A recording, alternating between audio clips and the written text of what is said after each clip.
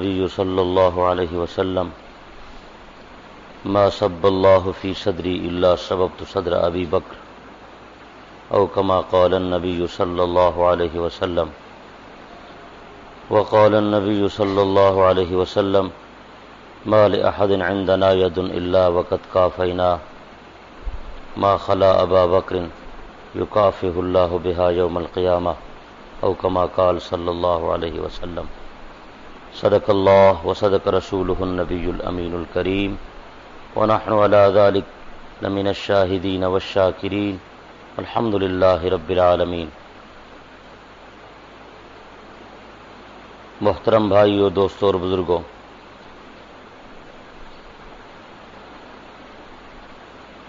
اسلامی سال کا چھٹا مہینہ جمادی الاول جمادی الثانی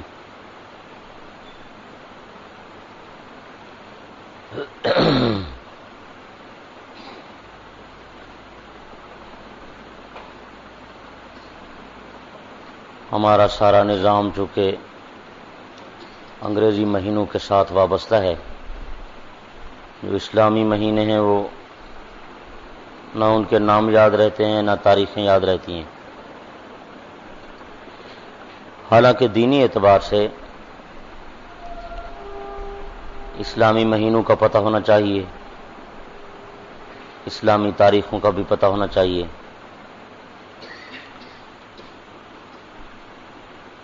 زیادہ تر ہمارا جو شریعت کا سلسلہ ہے وہ چاند سے وابستہ ہے. کچھ چیزیں ایسی ہیں جو سورج سے متعلق ہیں، زیادہ تر چاند سے وابستہ ہیں. رمضان شریف کا مہینہ ہو گیا، حج کے ایام ہیں، اور اسی طرح قربانی کا مسئلہ ہے. اسی طرح کوئی آدمی اگر کسی کو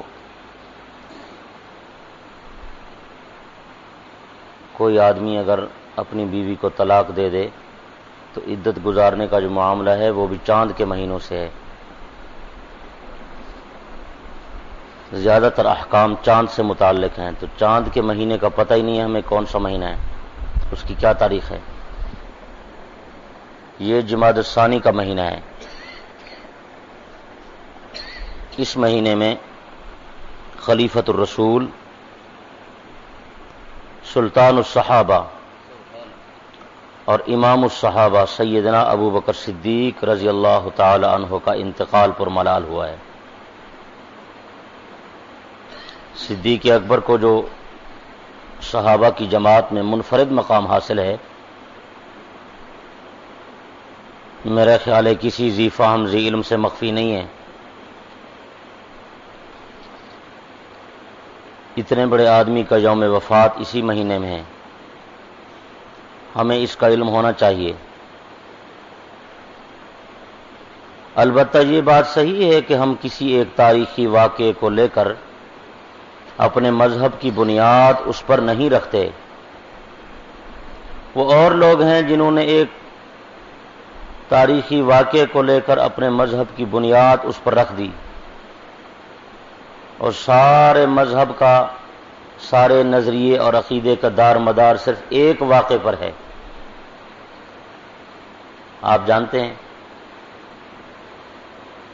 ان کے نظریے کا مدار صرف ایک بات پر ہے، اور وہ بات کیا ہے؟ وہ بات یہ ہے کہ سیدنا حسین رضی اللہ تعالی عنہ 10 محرم کو شہید ہوئے.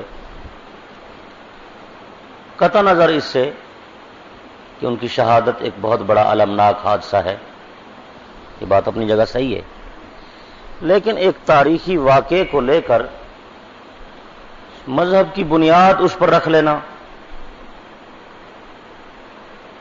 اور ہر بات میں اسی غم کو لے آنا بالفرض و تقدیر، اگر ایسا نہ ہوتا، ایک منٹ کے لیے آپ تصور کر لیں، اگر ایسا نہ ہوتا، یعنی سیدنا حسین رضی اللہ تعالی عنہ کی یہ شہادت واقع نہ ہوتی بالفرض، تو ان کے مذہب کی بنیاد کیا تھی؟ بات قابل غور ہے یا نہیں ہے؟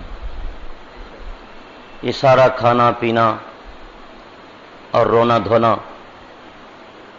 اور ماتم پٹکا اور تعزیہ اور جلوس اور دلدل اور نظریں نیازیں، جو کچھ بھی وہ کرتے ہیں، ان کی کسی بات کو بھی آپ لے لیں، اگر یہ واقعہ رونما نہ ہوتا تو ان کے مذہب کی بنیاد کیا ہوتی؟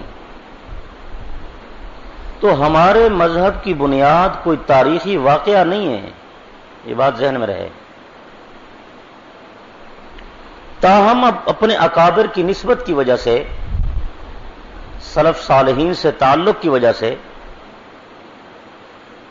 ایک لحاظ سے اس کی اتنی اہمیت ضرور ہے کہ ہمیں پتہ ہونا چاہیے کہ ہمارے وہ اکابر، وہ اسلاف، کب ان کی پیدائش ہوئی، کب ان کی وفات ہوئی، ان کی خدمات کیا ہیں، ان کا مقام کیا ہے، ان کی حیثیت کیا ہے۔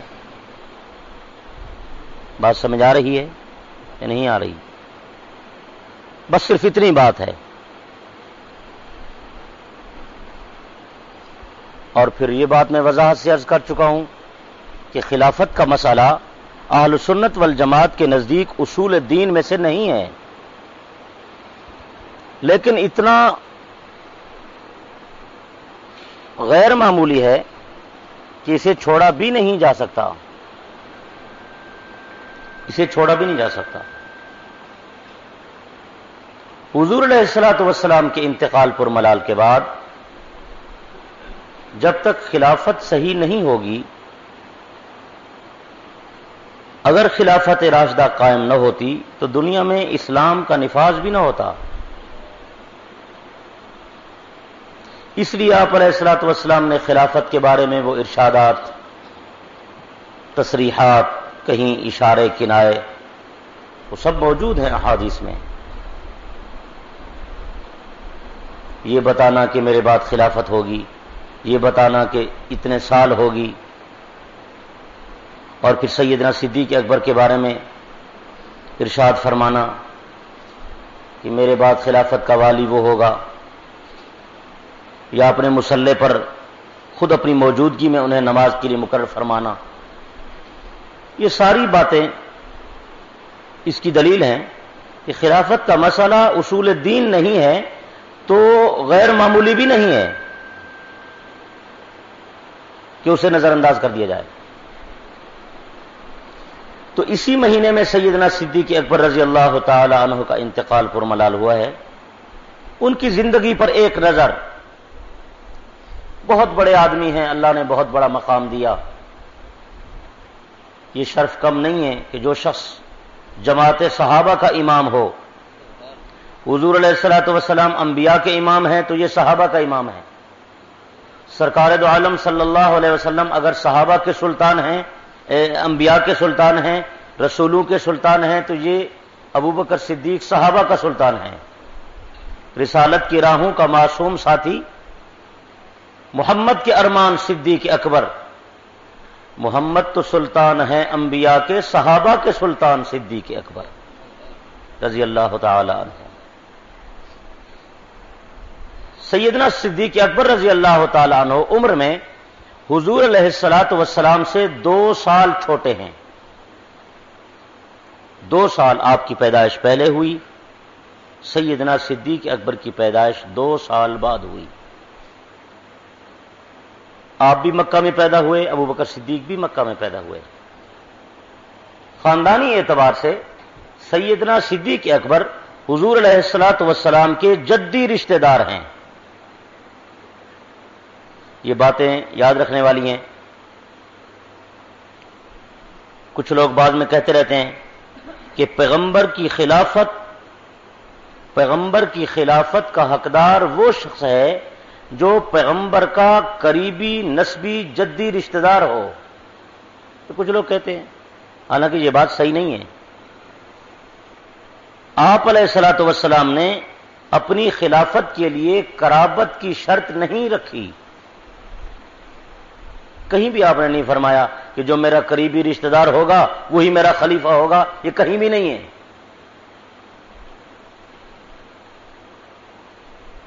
پھر یہ خلافت ہے، کوئی وراثت نہیں ہے۔ ان لوگوں نے اسے وراثت پر قیاس کر لیا ہے۔ جیسے وراثت ہوتی ہے نا، ایک آدمی دنیا سے چلا جائے تو پھر مال تقسیم کرتے ہیں، یہ سارے وارثوں میں تقسیم کیا جائے۔ انہوں نے کہا شاید حضور علیہ السلام دنیا سے تشریف لے گئے، اب آپ کے بعد جو خلافت ہے یہ نبی کی وراثت ہے، لہذا رشتہ داروں کو دی جائے۔ یہ خلافت ہے، وراثت نہیں ہے۔ اور نبی کی وراثت تو ہوتی ہی نہیں ہے۔ پیغمبر کا مال وقف ہے اللہ کے لیے، نبی کچھ بھی نہیں چھوڑتا، چھوڑے تو وقف ہے اللہ کے نام پر، نبی کا مال تقسیم نہیں ہوتا۔ نبی جو کچھ چھوڑ کر جا رہا ہے، پیغمبر کی جو وراثت ہے وہ علم ہے، اور علم کے وارث انبیاء کے وارث علماء ہیں۔ یہ بھی آپ نے نہیں فرمایا کہ میں علم کی وراثت چھوڑ کر جا رہا ہوں، میرے قریبی رشتہ دار وارث ہیں، یہ بھی نہیں فرمایا، بلکہ فرمایا کہ انبیاء درہم و دینار کی وراثت نہیں چھوڑتے، بلکہ وہ علم کی وراثت چھوڑتے ہیں۔ انما ورث العلم، انبیاء کی وراثت علم ہے، اور علم کے وارث علماء ہیں، رشتہ دار نہیں ہیں۔ اور بڑی قابل غور بات ہے، آپ توجہ فرمائیں، اگر پیغمبر کی وراثت خلافت تھی، خلافت نبی کی اگر وراثت تھی بالفرض، جیسے وہ لوگ کہتے ہیں کہ یہ نبی کی وراثت ہے، اور وہ تو حضرت علی کا حق تھا کہ نبی کے بعد نبی کا جانشین علی ہوتا، اگر سرکار دو عالم صلی اللہ علیہ وسلم کی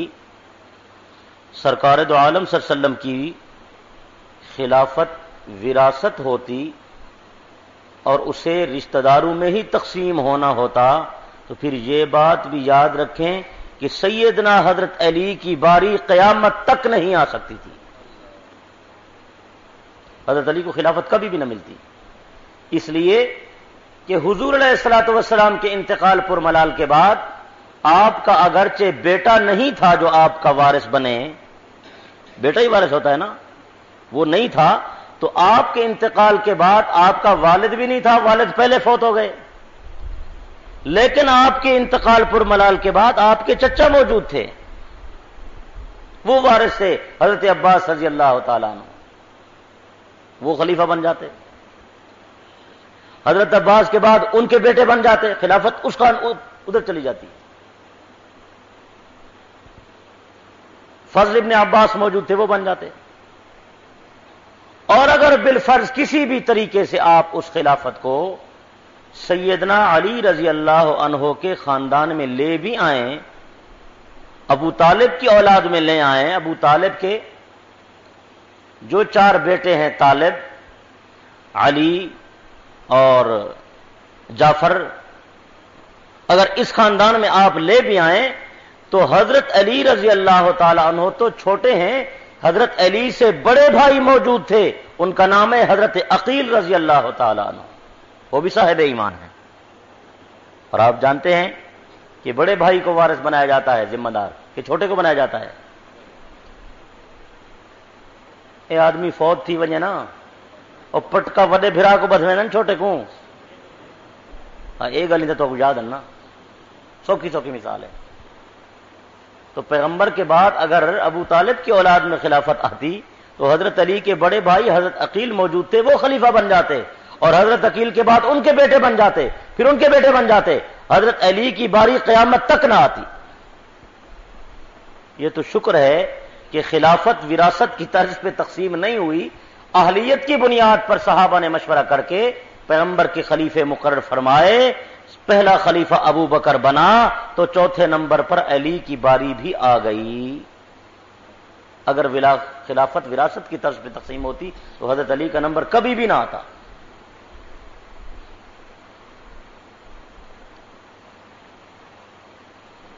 اور تبری کی روایت شاید پہلے بھی میں سنا چکا ہوں آپ کو، جب حضور علیہ السلام مرض الوفات میں تھے، آپ بیمار تھے، تو حضرت عباس رضی اللہ تعالی عنہ نے حضرت علی سے کہا، بھتیجے، حضور علیہ الصلوۃ والسلام بہت بیمار ہیں، کوئی پتہ نہیں ہے آپ کا انتقال پر ملال ہو جائے، تو آپ علیہ الصلوۃ والسلام سے خلافت کے بارے میں تو پوچھ لو، خلیفہ کون ہوگا آپ کے بعد؟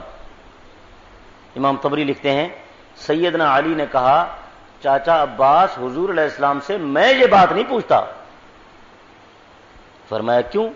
کہا اس لیے کہ اگر آپ نے انکار کر دیا، اگر آپ نے انکار فرما دیا، خدا کی قسم ہمارے خاندان میں خلافت قیامت تک نہیں آئے گی. یہ خاموشی بہتر ہے. اس طرح ہو سکتا ہے ہمارا کبھی نمبر آ جائے، اور اگر آپ نے انکار فرما دیا کبھی بھی صحابہ ہم میں سے کسی کو منتخب نہیں کریں گے.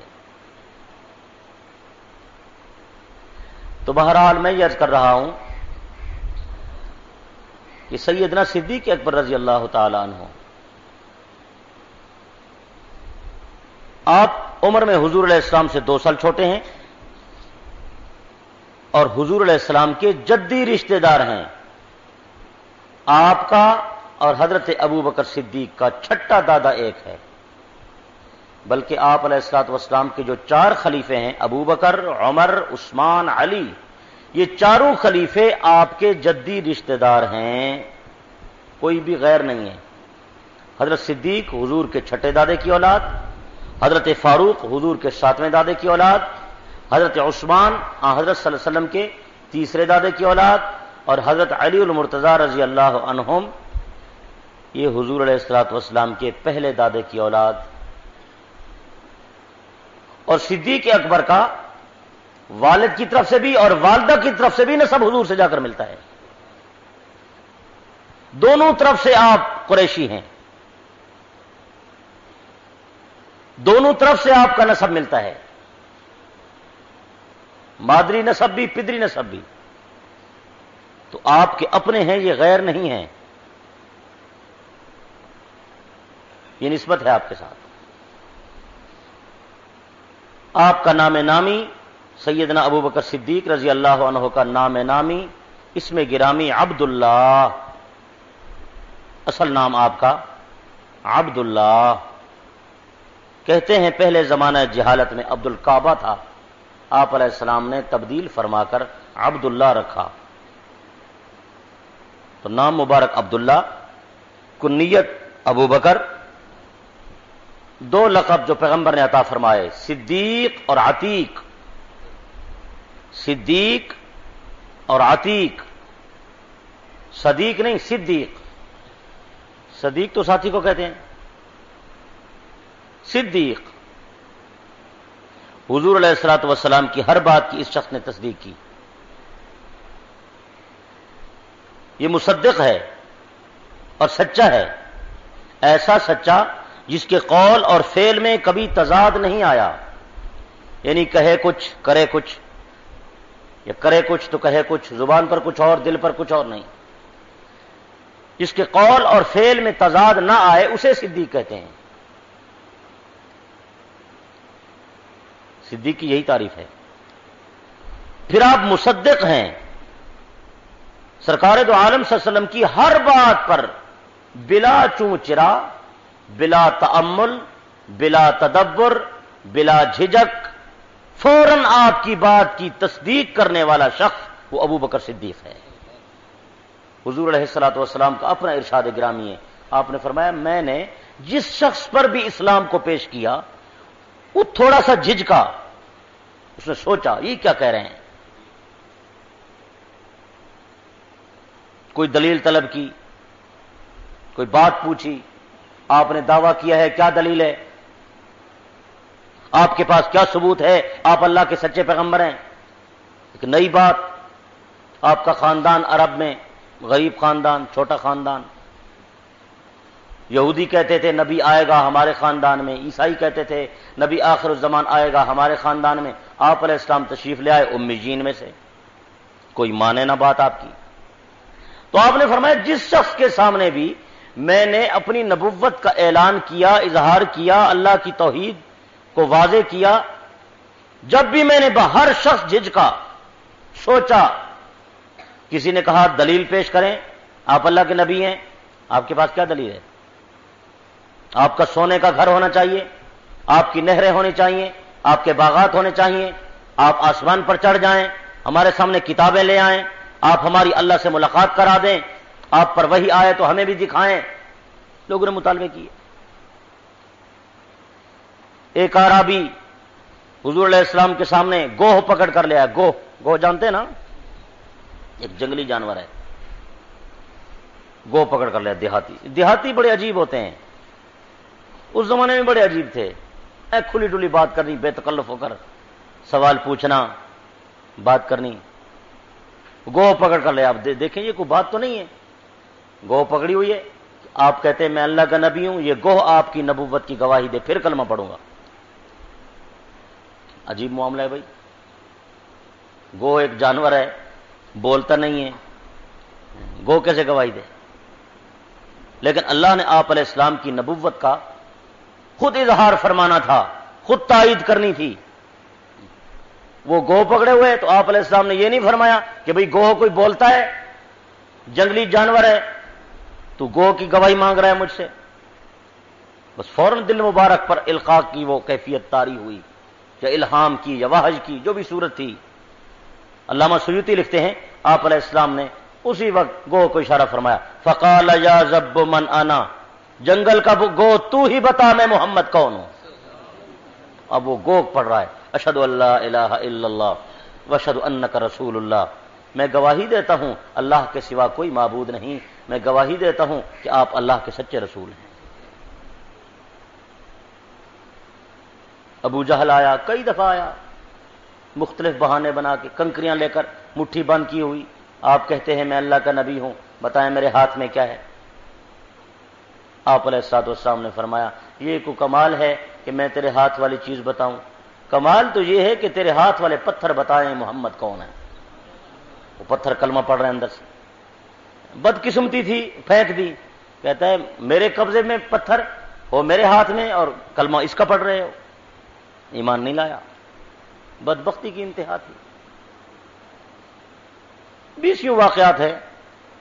ایک اور دیہاتی آیا، اس نے کہا آپ نے مجھے اسلام کی دعوت دی ہے، میں کلمہ تو پڑھتا ہوں لیکن کوئی آپ کی نبوت کی دلیل میں نے نہیں دیکھی. آپ علیہ الصلوۃ والسلام نے فرمایا کیا دلیل دیکھنا چاہتے ہو؟ اس نے کہا کوئی تو دلیل ہو جائے. آپ نے فرمایا پھر جا، وہ جو سامنے درخت کھڑا ہوا ہے اسے میرا پیغام دے کہ تجھے محمد عربی بلا رہے ہیں.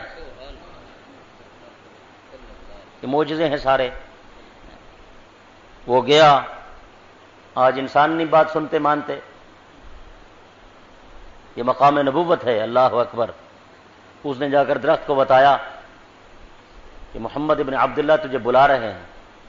حدیث میں آتا ہے درخت دائیں طرف جھکا، بائیں طرف کی جڑیں کٹ گئیں، پھر بائیں طرف جھکا، دائیں طرف کی جڑیں نیچے کٹ گئیں. جب نیچے سے جڑیں کٹ گئیں تو ایسے الٹتا پلٹتا اور بھاگتا ہوا درخت حضور علیہ السلام کے سامنے آ کر کھڑا ہو گیا. لبیک یا رسول اللہ، میں حاضر ہوں، کیا حکم ہے؟ آپ نے اس دیہاتی کی طرف دیکھ کر فرمایا شان محمد مصطفیٰ، مقام محمد صلی اللہ علیہ وسلم، شان صحابہ، نعرہ تکبیر. آپ نے اس دیہاتی کو دیکھ کر فرمایا اتنا کافی ہے یا کچھ اور دیکھنا چاہتے ہو؟ اس نے کہا اشہد ان لا الہ الا اللہ واشہد انک رسول اللہ. ہزاروں واقعات ہیں. عبداللہ ابن مسعود جنگل میں بکریاں چرا رہا ہے. ابو بکر صدیق حضور علیہ السلام کی معیت میں ادھر جا نکلے. آپ نے فرمایا عبداللہ بکریاں چرا رہے ہو، اس کا کوئی دودھ ہمیں بھی پلا دو. اس نے کہا جی میری تو نہیں ہے، میں تو غلام ہوں، میرے آقا کی ہیں، میں دودھ کیسے پلاؤں؟ خیانت ہو جائے گی. اس زمانے کے غلام بھی اتنے ڈرتے تھے، اندازہ کریں. کہتا ہے بکریاں میری نہیں ہیں، میرے مالک کی ہیں، میں اس کی اجازت کے بغیر دودھ نہیں پلاتا. آپ نے فرمایا اگر ایسی بکری تیرے پاس ہو جو دودھ نہ دیتی ہو، وہ لے آؤ، اس کا دودھ ہم نکال لیں گے. اس نے کہا جی جو بکری دودھ دیتی نہیں ہے تو آپ دودھ کیسے نکالیں گے؟ آپ نے فرمایا لے تو آ بکری. اس نے ایک ایسی بکری آپ کے سامنے کر دی جو بکری دودھ دینے والی نہیں تھی، بلکہ بکری نے بچہ ہی نہیں دیا تھا. دودھ تو تب آئے کہ پہلے جانور بچہ دے، نظام فطرت ہے. دودھ تب اترتا ہے جب پہلے بچہ پیدا ہوتا ہے. جب بچہ پیدا نہ ہو تو دودھ تو نہیں اترتا. اس نے ایک ایسی بکری سامنے کی، چھوٹے چھوٹے اس کے تھن، اس نے بچہ ہی نہیں دیا، حاملہ ہی نہیں ہوئی، سوئی نہیں ہے، دودھ کہاں سے آئے؟ سیرت کی کتابوں میں ہے کہ سرکار مدینہ صلی اللہ تعالی علیہ وسلم نے اس بکری کے تھنوں پر ہاتھ پھیرا بکری شان والی تھی بھائی، اس پر ہاتھ پھیرا، اور ہاتھ پھیرنے کے بعد عبداللہ ابن مسعود کہتے ہیں میں غلام تھا، بکریاں چرا رہا تھا، ایمان نہیں لایا تھا، میں نے دیکھا کہ بکری کے تھن بڑھنا شروع ہو گئے، تھن لمبے ہو رہے ہیں اور تھنوں میں دودھ بھر گیا۔ آپ نے برتن منگوایا اور اپنے مبارک ہاتھوں سے بکری کا دودھ نکالا، دودھ دوہا، برتن بھر گیا۔ آپ نے خود بھی نوش فرمایا، ابو بکر صدیق کو بھی پلایا اور فرمایا عبداللہ تو بھی پی لے۔ عبداللہ کہتے ہیں میں حیران کھڑا ہوں، عجیب معاملہ ہے بھائی، دنیا میں بڑے لوگ دیکھے پر ایسا شخص تو نہیں دیکھا، بڑے جمال والے آئے پر ایسا جمال نہیں ہے، بڑے کمال والے آئے پر ایسا کامل نہیں دیکھا، بڑے عقل و فراست والے آئے پر ایسا عقیل و شکیل تو نہیں دیکھا، یہ تو عجیب شخص ہے۔ جب آپ نے دودھ پی لیا، جانے کا ارادہ فرمایا تو بکری سے فرمایا بکری اپنے تھنوں کو سکیڑ لے۔ بکری نے وہ تھن واپس سکیڑ لیے، ویسے ہو گئے جیسے پہلے سے تھے۔ آپ وہاں سے جانے لگے تو عبداللہ ابن مسعود کہتا ہے آقا بعد میں تشریف لے جائیں، ایسا کامل آدمی تو میں نے نہیں دیکھا، ایسا مرشد کہاں سے ملے گا، بعد میں تشریف لے جائیں، مجھے بھی کلمہ پڑھا کر اپنے غلاموں میں شامل فرما دیں۔ لوگوں نے دلیلیں دیکھی ہیں تو کلمہ پڑھا ہے، معجزے دیکھے ہیں تو کلمہ پڑھا ہے، باتیں پوچھی ہیں تو کلمہ پڑھا ہے، کوئی بات ایسی دیکھی ہے تو مشورہ کیا ہے۔ سیدنا علی رضی اللہ عنہ کو جو آپ نے اسلام کی دعوت دی، گھر میں تھے، بچہ تھا گھر کا، بھائی تھے آپ کے چچا زاد، تو حضرت علی نے عرض کیا بات آپ کی درست ہے، کلمہ پڑھتا ہوں لیکن مجھے مہلت دیں تھوڑی سی، میں اپنے ابا سے مشورہ کروں گا پھر کلمہ پڑھوں گا۔ ساری کتابوں میں لکھا ہوا ہے، مشورہ کروں گا پھر کلمہ پڑھوں گا۔ سرکار دو عالم وسلم نے جب یہ بات سنی تو آپ نے فرمایا علی عزیز بھائی بیٹے بات سنو، کلمہ پڑھنا ہے تو پڑھ لو، اگر نہیں پڑھنا تو اپنے بابے سے مشورہ نہیں کرنا، اس لیے کہ وہ ایمان نہیں لائے تھے، ابھی ابتداء اسلام کی بات تھی، یہ جا کر بتا دیں گے تو حالات تو خراب ہو جائیں گے۔ کلمہ پڑھنا ہے تو پڑھ لے، نہیں پڑھنا تو ابے سے مشورہ نہیں کرنا۔ حضرت علی کہتے ہیں میں خاموش ہو گیا، سوچتا رہا، اللہ نے میرا سینہ کھول دیا، اگلے دن آ کر انہوں نے نبی کا کلمہ پڑھا۔ صحابہ کی جماعت میں ایک واحد شخص ہے، واحد شخص نے جس نے سوچا نہیں ہے، جس نے مشورہ نہیں کیا، جس نے تأمل نہیں کیا، جس نے تدبر نہیں کیا، جس نے پیغمبر سے کوئی دلیل طلب نہیں کی، کوئی معجزہ نہیں مانگا، کوئی چیز نہیں دیکھی، پیغمبر کی زبان سے سنا کہ میں اللہ کا رسول ہوں، فوراً کہا صدقت، آپ صحیح سچ کہہ رہے ہیں۔ یہ بہت بڑا مقام ہے، اور اسی وجہ سے پیغمبر نے اس کو واضح فرمایا کہ میں نے جس کے سامنے ایمان پیش کیا ہر شخص جھجکا، ایک شخص ہے ابو بکر صدیق، میں نے اسلام پیش کیا، اس نے فوراً کلمہ پڑھ دیا۔ یہ مقام صداقت ہے، اس مقام کو کوئی نہیں پہنچا۔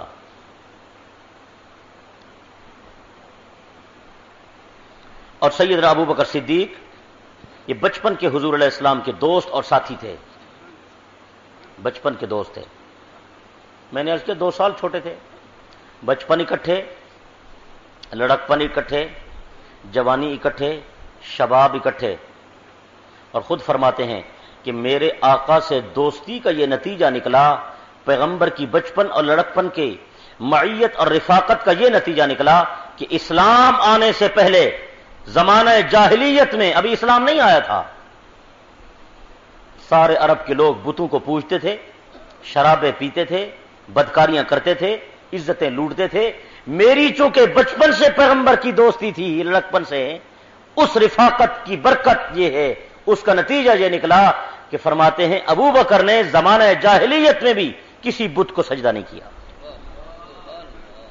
کبھی بدکاری نہیں کی، کبھی زنا نہیں کیا، کبھی چوری نہیں کی، کبھی گانا نہیں گایا، کبھی جھوٹ نہیں بولا، کبھی شراب نہیں پی، کبھی حرام نہیں کمایا اور نہ ہی حرام کھایا۔ یعنی جس طرح اللہ پیغمبر کی حفاظت فرماتا رہا تو ابو بکر کی بھی ساتھ حفاظت ہوتی رہی۔ دوستوں کے دوستوں پر اثرات ہوتے ہیں نا، اس لیے کہتے ہیں اچھے کی صحبت اچھا بنا دیتی ہے اور برے کی صحبت برا بنا دیتی ہے۔ صحبت صالح ترا صالح کنت، صحبت طالح ترا طالح کنت۔ صحبت کے بڑے اثرات ہیں، اللہ والوں کی صحبت اختیار کیا کرو، اپنے بچوں کو اچھے لوگوں کی صحبت میں بھیجو، اچھے بنیں گے۔ بلکہ اس سے بڑھ کر ایک جملہ اور کہتا ہوں، اگر ایک برا آدمی، کافر آدمی بھی اہل ایمان کی صحبت میں رہا ہے، اللہ نے اہل ایمان کی برکت سے کافر کو بھی عذاب سے بچا لیا ہے۔ بات نہیں سمجھ رہے؟ بنی اسرائیل میں ایک شخص پیدا ہوا، اس کا نام ہے سامری۔ نام تو سامری نہیں ہے، نام اس کا موسیٰ تھا، موسیٰ بن ظفر۔ یہ بت پرست تھا، مشرک تھا، بت بناتا تھا، اس کی خود بھی پوجا کرتا تھا، لوگوں کو بھی کہتا تھا۔ بنی اسرائیل کے لوگ جو موسیٰ علیہ السلام پر ایمان لے آئے، یہ ان کے ساتھ رہتا تھا، یہ سامری۔ بنی اسرائیل میں شرک پھیلانے والا یہ شخص ہے، اسی نے بچڑا بنایا تھا، اور ساری بنی اسرائیل کی قوم کو اس کی عبادت پر اس نے لگایا ہے۔ قرآن نے اس کی بڑی مذمت کی ہے، سامری کی۔ جب موسیٰ علیہ السلام تشریف لے گئے نا اللہ تعالیٰ کے پاس ملاقات کے لیے، اس نے پیچھے بچڑا بنایا اور قوم کو کہا کہ موسیٰ تو بھول گئے یہ تمہارا معبود ہے۔ ساری قوم اس کی پوجا میں شروع ہو گئی، لگ گئی اس کی عبادت میں، تو اللہ کی ناراضگی آئی۔ موسیٰ علیہ السلام جب اپنی قوم کو، بنی اسرائیل کو لے کر فرعون کی غلامی سے نکالنے کے لیے پوری اپنی قوم کو لے کر مصر سے نکلے، تو راستے میں وہ جو دریا تھا، دریا سے جب پار ہونے لگے اور اللہ نے موسیٰ علیہ السلام کی قوم کے لیے راستے بنا دیے، حضرت نے لاٹھی ماری نا، وہ مشہور واقعہ ہے، راستے بن گئے، پار ہونے لگے۔ تو یہ جو سامری تھا یہ انہی بنی اسرائیل کے ساتھ تھا۔ اللہ کو تو پتا تھا کہ اندر سے کافر ہے، مشرک ہے، اللہ تعالیٰ کو تو پتا تھا۔ جس طرح اللہ نے بنی اسرائیل کو اس دریا سے پار کیا، یہ سامری بھی پار ہو گیا۔ پیچھے جو فرعونی آئے وہ سارے غرق ہوئے، اللہ چاہتا تو اسے بھی غرق کر دیتا۔ یہ اس لیے اس وقت غرق نہیں ہوا، اس نے اسلام کا اوپر سے لیبل لگایا ہوا تھا، مسلمانوں کے ساتھ رہتا تھا، اہل ایمان کی صحبت نے اسے بچایا ہے۔ تو معلوم ہوتا ہے اچھوں کی صحبت اچھا بنا دیتی ہے، اور بڑے بڑے عذاب سے آدمی بچتا ہے، اور بروں کی صحبت برا بنا۔ جب بھی کسی قوم پر عذاب آتا ہے، جب آتا ہے تو اس میں اچھے برے سارے لوگ مارے جاتے ہیں، کوئی نہیں بچتا۔ تو اچھوں کی صحبت اچھا بناتی ہے۔ ابوبکر صدیق کہتے ہیں کہ مجھے پیغمبر کی صحبت نے بچایا اور زمانہ جاہلیت سے بچایا۔ چند لوگ ہیں جو بچے ہیں، ورنہ زمانہ جاہلیت میں سارے شراب پیتے تھے، غیروں کو سجدے کرتے تھے، سارے بتوں کو سجدے کرتے تھے، بڑے بڑے لوگ شراب پیتے تھے۔ بعد میں شراب کی حرمت آئی تو توبہ کی، لیکن ابوبکر وہ شخص ہے کہ اللہ نے اس کو پہلے بھی بچایا۔ اللہ کو تو پتا تھا کہ یہ نبی کا جانشین بنے گا، اس نے امت کا بیڑا سنبھالنا اٹھانا ہے، تو وہ اہلیت پہلے پیدا کی اللہ نے۔ سبحان اللہ، پہلے ایمان لے آیا، اور ہر موقع پر پیغمبر علیہ الصلاۃ والسلام کے ہر موقع اور سفر پر یہ شخص ساتھ رہا۔ شروع میں ایمان لے آیا، مال بڑا خرچ کیا، بہت مالدار آدمی تھا، کپڑے کی دکانیں تھیں، پیغمبر کے حکم پر سب کچھ لوٹا دیا۔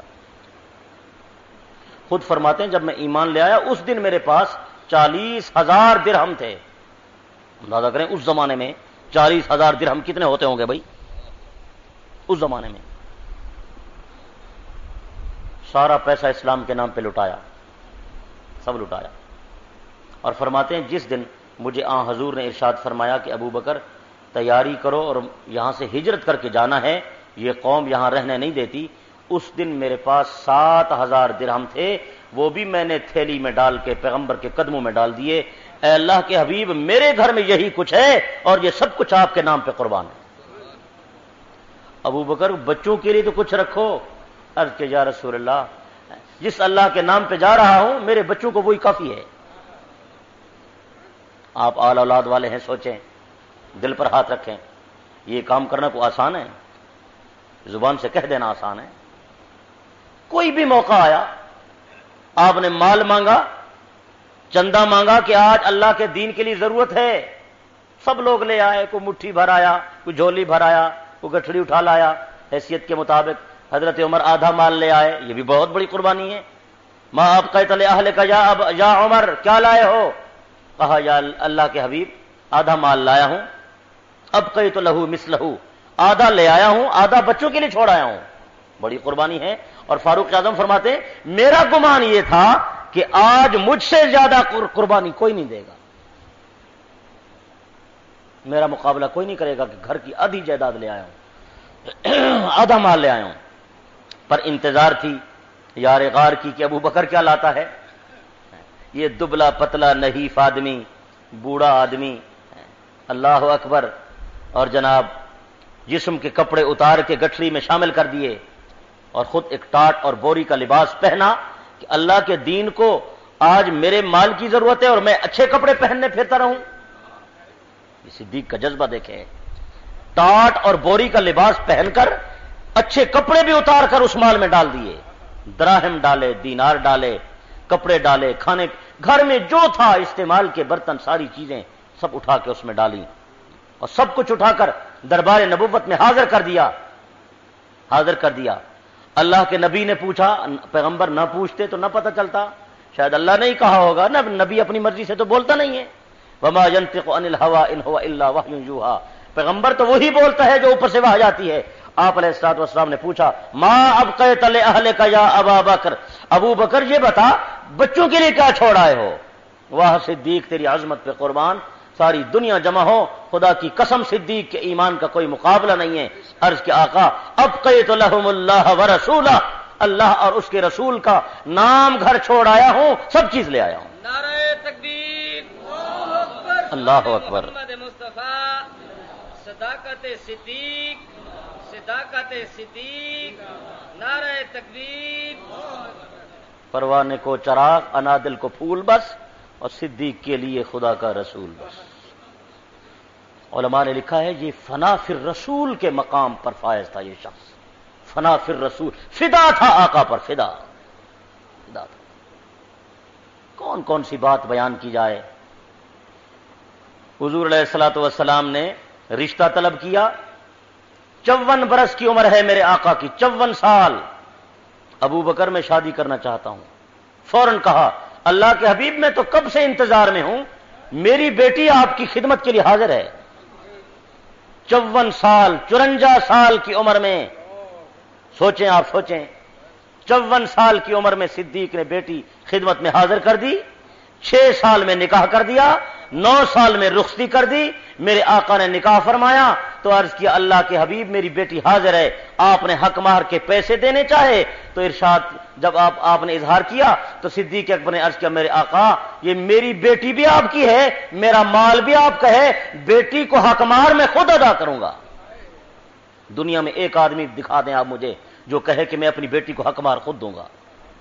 لوگ بھائیوں سے رشتے کرتے ہیں، لاکھوں روپے مہر لکھواتے ہیں، مکانات لکھواتے ہیں، زیورات لکھواتے ہیں، جائیدادیں لکھواتے ہیں۔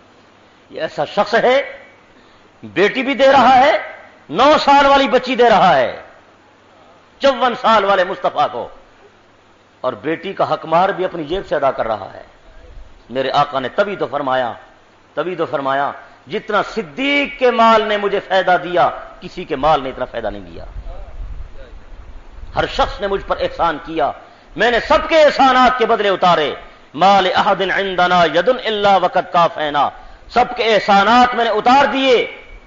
ایک شخص ہے ما خلا ابا بکر، ابو بکر صدیق، اس نے مجھ پر اتنے احسان کیے میں اس کے احسانات کے بدلے نہیں اتار سکا۔ یکافہ اللہ بہا یوم القیامہ، قیامت کا دن آئے گا، اللہ کی عدالت ہوگی، اللہ خود ابو بکر سے پوچھے گا صدیق تیرے کیا احسان ہے، تیرے احسان کا بدلہ میں خود عطا کرتا ہوں۔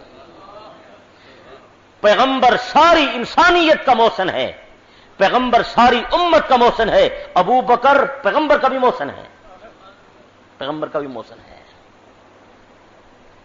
اور ایک حدیث میں آپ نے ارشاد فرمایا ساری امت کے ایمان کو ترازو کے ایک پلڑے میں رکھو اور دوسری طرف اکیلے ابو بکر کے ایمان کو رکھو، اکیلے صدیق کا ایمان پوری امت کے ایمان سے بھاری ہو جائے گا۔ آپ نے غور نہیں فرمایا؟ آپ غور فرمایا کریں، صدیق نے پیغمبر کا ساتھ اس وقت دیا جب سارا جہان مخالف تھا۔ جب ساری دنیا موافق ہو، وہ اس وقت کون مخالفت کرتا ہے؟ اس وقت تو کوئی نہیں کرتا۔ کمال یہ ہے جب کوئی نہ مانے تو مانو، جب کچھ نظر نہ آئے پھر بھی مانو۔ اور یہ بات قرآن نے بیان کی، قرآن نے اسی نقطے کو اٹھایا۔ آپ نے غور نہیں فرمایا؟ آپ نے سنی ہوئی یہ بات، اذ اخرجہ الذین کفروا ثانی اثنین اذ ہما فی الغار، جب مکے کے کافروں نے میرے پیغمبر کو مکے سے نکالا، دنیا مخالف ہے، صدیق موافق ہے، دنیا دشمن ہے، صدیق دوست ہے، ساری دنیا پیغمبر کو مکے سے نکال رہی ہے، صدیق پیغمبر کے ساتھ جا رہا ہے، وہ انکار کر رہے ہیں، یہ اقرار کر رہا ہے۔ کہا جب لوگوں نے نہیں مانا تو اس نے اس وقت مانا، یہی کمال ہے صدیق کا۔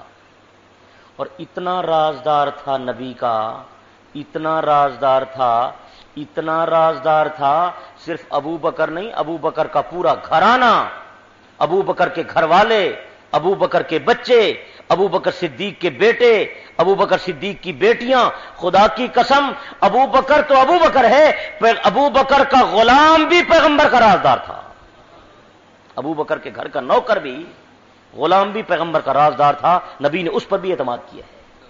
ہجرت والے رات جب آپ تشریف لائے نا، جب آپ تشریف لائے، تفسیر حسن عسکری والے نے بھی لکھا، اللہ کی شان ہے، خدا جب لکھوانے پر آیا تو ملنگ کے ہاتھ سے لکھوایا ابو بکر کی عظمت کو۔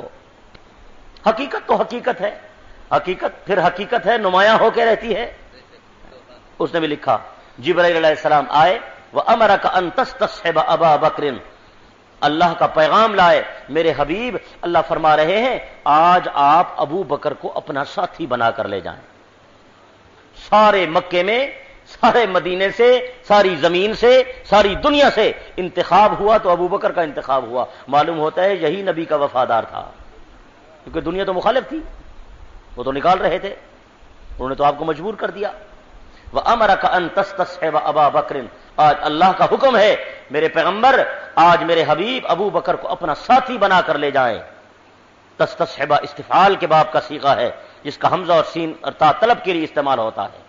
آج اسے لے جاؤ، یا اللہ یہ وفادار ہے، یہ غمخوار ہے، ساتھ دے گا۔ فرمایا یہی تو آزمائش ہے آج اس کی، فَإِنَّهُ إِنْ آنَسَكَ وَسَاعَدَكَ وَوَازَرَكَ كَانَ فِي الْجَنَّةِ مِن رَفَقَائِكَ، اے میرے پیغمبر آج اگر صدیق اپنے بچوں پر تجھے ترجیح دیتا ہے، آج اگر صدیق تیرا دست و بازو بنتا ہے، آج اگر ابو بکر تیرا ساتھ دیتا ہے، آج ابو بکر سارے مکے کو چھوڑ کر تیری رفاقت کا انتخاب کرتا ہے، اس کا مطلب یہ ہے کہ میرے پیغمبر صدیق تیرا سچا وفادار ہے، تیرا سچا رفیق اور ساتھی ہے۔ یا اللہ اگر اتنی ہمدردی کرے تو اسے کوئی بدلہ بھی ملے گا یا نہیں، کوئی صلہ بھی ہوگا یا نہیں؟ ارشاد فرمایا اللہ نے میرے پیغمبر اگر صدیق آج غار میں تیرا ساتھی بنتا ہے، کان فی الجنت من رفقائک، پھر میرا وعدہ ہے جس طرح یہ تیرا غار کا ساتھی بنے گا میں ابو بکر کو تیرا جنت کا بھی ساتھی بناؤں گا۔ اور اللہ نے جنت کا ساتھی بنایا ہے، نہیں بنایا؟ وہ جا کر دیکھے نا، پیغمبر کے قدموں میں سویا ہوا ہے، نبی کا روضہ جنت نہیں ہے؟ یہ عقیدہ بھی بنائیں، یہ عقیدہ حضور علیہ الصلوۃ والسلام کی قبر اطہر، وہ قبر اطہر کی مٹی، جس قبر اطہر کی مٹی کے ساتھ وہ جسد اطہر مس کر رہا ہے، جس قبر اطہر کے اندر امام الاولیاء، امام الانبیاء، امام الرسل، خاتم الانبیاء صلی اللہ تعالی علیہ وسلم جس قبر اطہر کی مٹی پر آج آرام فرما ہے، جس قبر اطہر میں جلوہ افروز ہیں، جہاں لیٹے ہوئے ہیں، ہمارے مشائخ کا عقیدہ یہ ہے کہ زمین کے وہ ذرات جو میرے آقا کے جسد اطہر کے ساتھ لگے ہوئے ہیں، زمین کے وہ ذرات سارے مدینے سے اعلیٰ، سارے مکے سے اعلیٰ، ساتوں زمینوں سے اعلیٰ، ساتوں آسمانوں سے اعلیٰ، بیت اللہ سے اعلیٰ، عرش معلیٰ سے اعلیٰ، اللہ کی لوح محفوظ اور کرسی سے بھی اعلیٰ۔ کچھ لوگوں میں بیماریوں کے جراثیم ہیں، وہ پوچھتے ہیں بھئی اتنا بڑھا دیا، اس کی کیا وجہ؟ کئی لوگوں نے مجھ سے بھی پوچھا، عرش سے بھی اعلیٰ، میں نے کہا عرش سے بھی اعلیٰ، کرسی سے بھی اعلیٰ، میں نے کہا کرسی سے بھی اعلیٰ۔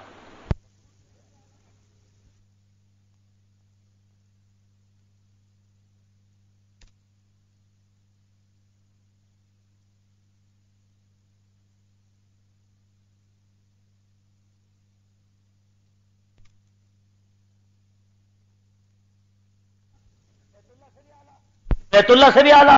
میں نے کہا آپ نے غور نہیں فرمایا. میں نے کہا بیت اللہ سے بھی اعلیٰ. کہتا ہے جی کیسی بات ہے جی, عرش سے بھی اوپر لے گئے, یہ عجیب مٹی ہے, پڑی ہوئی تو زمین پر ہے اور عرش سے بھی اعلیٰ ہے. میں نے کہا آپ نے غور نہیں فرمایا, آپ نے توجہ نہیں فرمائی. لوح محفوظ اللہ کی مخلوق ہے, یہ جملے میرے یاد رکھنے ہیں. لوح محفوظ اللہ کی, اور اللہ کا عرش یہ خدا کی مخلوق ہے. سارے مدینے کی زمین یہ خدا کی مخلوق ہے. سارا مکہ یہ خدا کی مخلوق ہے. اللہ تعالیٰ کی کرسی یہ اس کی مخلوق ہے, اللہ تو نہیں ہے. نہیں سمجھ آئی بات؟ اور صدر وزیر اعظم جی کرسی تے باندھے وہ کرسی وزیر اعظم ہے, اپنی زبان سمجھو. صدر صاحب جی کرسی ہے وہ کرسی صدر ہے. یہ میں جس ممبر پر بیٹھا ہوں یہ ممبر میرا نام ہے. نہیں سمجھ آئی بات؟ وہ کرسی کی نسبت اللہ کی طرف ہے, اللہ کی کرسی ہے. عرش اللہ کا ہے, اللہ کا عرش ہے, لیکن اللہ تو نہیں ہے. وہ اللہ کی مخلوق ہے, سب مخلوق ہے. زمین اللہ کی, بولیں تو صحیح. آسمان اللہ کی, سورج اللہ کی, چاند اللہ کی, ستارے اللہ کی, انسان اللہ کی, فرشتے اللہ کی, جنات اللہ کی, اولیاء اللہ کی, انبیاء اللہ کی, عرش اللہ کی, کرسی اللہ کی, ساری چیزیں اللہ کی مخلوق. اور حضرت امام الانبیاء صلی اللہ علیہ وسلم یہ بھی اللہ کی, صحیح ہے نا؟ آپ بھی اللہ کی. تو پھر آپ بتائیں ان تمام مخلوقوں میں سے افضل کون ہیں؟ آپ بتائیں. بدیہی بات ہے بالکل. سرکار دو عالم صلی اللہ علیہ وسلم کا مقام اونچا ہے یا مدینے کی زمین کا مقام اونچا ہے؟ آپ علیہ السلام کا مقام اونچا ہے یا لوح محفوظ کا مقام اونچا ہے؟ آپ کا مقام اونچا ہے یا عرش کا مقام اونچا ہے؟ آپ کا مقام مخلوقوں میں اونچا ہے یا جبرائیل کا مقام اونچا ہے؟ جبرائیل تو دربار نبوت کا دربان ہے, وہ تو آتا ہے تو اجازت مانگتا ہے کہ آؤں یا نہ آؤں. بات نہیں سمجھ آئی؟ اور معراج والی رات براق پہ سوار ہیں تو اس نے رسی تھامی ہوئی ہے, رکاب پکڑا ہوا ہے کہ میرے آقا یہاں قدم مبارک رکھیں گے. نہیں سمجھ آئی بات؟ تو اللہ نے آپ کو عرش پر بلایا, ملاقات کرائی کہ نہ کرائی؟ کلام فرمایا کہ نہ فرمایا؟ ہر چیز اللہ کی مخلوق ہے, اور سب سے اعلیٰ, افضل, برتر اور بالا مخلوق وہ امام الانبیاء, سید الانبیاء, سلطان الانبیاء حضرت محمد الرسول اللہ صلی اللہ تعالی علیہ وسلم ہیں. جب آپ سب سے افضل ہیں تو جس جگہ سے آپ کو بنانے کے لیے اللہ نے خمیر اٹھایا, وہ خمیر ہر چیز سے افضل ہے یا نہیں ہے؟ جس جگہ آج آرام فرما رہے ہیں آپ اور سوئے ہوئے ہیں, یہی وہ قبر اطہر کے ذرات ہیں, زمین کا یہی وہ خطہ ہے, یہی بقعہ مبارکہ ہے جہاں سے آپ کی تخلیق کے وقت اللہ نے خمیر اٹھایا ہے. جنت جنت جنت بڑی چیز ہوگی, لیکن ساری دنیا کی جنتیں اس جنت کا مقابلہ نہیں کرتی جس جنت کا اللہ نے پیغمبر کے خمیر کے لیے انتخاب کیا. اور ساری دنیا کے اعلیٰ علیین ایک طرف, صرف پیغمبر کی قبر ہے اطہر کو جو اللہ نے علیین بنایا, ساری علیینیں اس پر قربان. اللہ قادر ہے کہ نبی کی قبر کو اعلیٰ علیین بنا دے. یہی وہ نقطہ ہے جو یاروں کو سمجھ نہیں آیا, اور وہ کہتے ہیں کہ مرنے کے بعد تو روح علیین میں ہوتی ہے اور گناہگار کی سجین میں ہوتی ہے. میں نے کہا یہ صحیح ہے کہ علیین میں ہوتی ہے اور سجین میں ہوتی ہے, مگر خدا قادر ہے کہ نبی کی قبر کو اعلیٰ علیین بنا دے. علیین کیا ہوتی ہے اور جنت کیا ہے؟ جنت تو خود ترستی ہے اس جگہ کے لیے. یہ جنت اور اعلیٰ جنت کا ٹکڑا ہے اور اللہ نے اسے دنیا میں رکھوا دیا. نظام ہے اس کا, اس کی 20 مثالیں ہیں. زمزم کا پانی جنت کا پانی ہے, زمزم کا چشمہ جنت سے جاری ہوا, زمزم کا مادہ اور میٹیریل جنت سے آتا ہے, نکلتا زمین سے ہے. آپ کو کوئی بات سمجھ آتی ہے؟ بات نہیں سمجھ آئی؟ حوض کوثر کا پانی جنت کا پانی ہے, نکلتا جنت سے ہے, اس کا حوض میدان حشر میں ہے. وہ بات سمجھ آتی ہے؟ نظام ہے اس کا, یہ باتیں عقل سے ماوراء ہیں. ہماری عقل محدود ہے اور خدا کی خدائی, خدا کا نظام, اس کی قدرت لامحدود ہے. بس ایمان رکھو, ایمان کہ یہ حق اور سچ ہے. عقل میں تجھے بات نہیں آتی کہ ایک آدمی راتوں رات آسمانوں پہ گیا واپس آ گیا؟ جنہوں نے عقل پہ پرکھا تو منکر بن گئے۔ تو ایمان عقلیات کا نام نہیں ہے، ایمان نقلیات کا نام ہے۔ جو اللہ کہے، جو اللہ کا نبی بتائے، اس پر ایمان رکھو، یہ حق اور سچ ہے۔ اللہ کے نبی نے خود فرما دیا، ما بین بیتی و منبری روضۃ من ریاض الجنہ، میرے ممبر اور میرے حجرے کے درمیان کا ٹکڑا جنت ہے۔ میرے آقا نے خود فرما دیا، ہمارا ایمان ہے۔ اب یہ کیسے جنت ہے؟ یہی جنت ہے یا اسے جنت سے اٹھا کر دنیا میں منتقل کیا گیا؟ اللہ ہی جانتا ہے۔ بعض شراح نے لکھا ہے یہ جنت کا ٹکڑا تھا، اللہ نے جنت سے اٹھوا کر دنیا میں رکھوا دیا، اور یہ پیغمبر کا ممبر مبارک، فرمایا جب قیامت کا دن آئے گا یہ ممبر حوض کوثر پر رکھا جائے گا، یہی ممبر، اس کو اٹھا کر حوض کوثر پر رکھا جائے گا۔ حوض ہے حوض جس میں کوثر کا پانی گرتا ہے، اور اس کے گرد برتن ہیں، گلاس ہیں، کپ ہیں، پیالے ہیں، آنجورے ہیں، پتہ نہیں کیسے ہیں، اللہ ہمیں نصیب فرمائے۔ اور وہ برتن اتنے ہیں، اللہ کے حبیب نے فرمایا اتنے زیادہ ہیں جیسے آسمان کے ستارے ہوتے ہیں، آسمان کے ستارے ہوتے ہیں۔ یہ امت محمدیہ کے لیے ہے یہ جام کوثر، خوش نصیب پیئیں گے، اللہ ہم سب کو نصیب فرما دے۔ ایک صحابی نے پوچھا یا رسول اللہ آپ میری شفاعت فرمائیں گے؟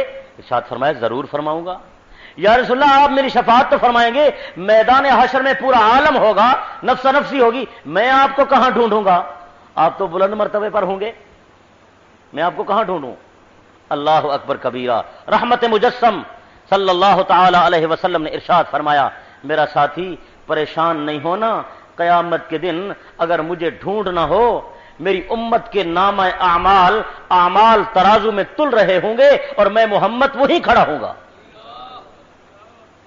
امت سے کتنی محبت ہے۔ یا رسول اللہ اگر میں وہاں آؤں اور آپ کو نہ پاؤں تو پھر؟ ارشاد فرمایا پہلے تو میں وہیں ہوں گا، اگر میں وہیں نہ ہوں تو پھر میں پل صراط کے ساتھ کھڑا ہوں گا، دیکھوں گا میری امت پل صراط سے کیسے گزرتی ہے۔ یا رسول اللہ اگر میں وہاں آؤں اور آپ وہاں بھی نہ ہوں، میں وہاں بھی نہ ہوں، پھر میں کہاں آؤں؟ سرکار دو عالم صلی اللہ علیہ وسلم نے ارشاد فرمایا اگر میں وہاں نہ ہوں تو پھر آنا دیکھنا میں محمد اپنی امت کو حوض کوثر پلا رہا ہوں گا۔ اللہ اکبر کبیرہ۔ جتنا درد تھا آپ کے سینے میں امت کا،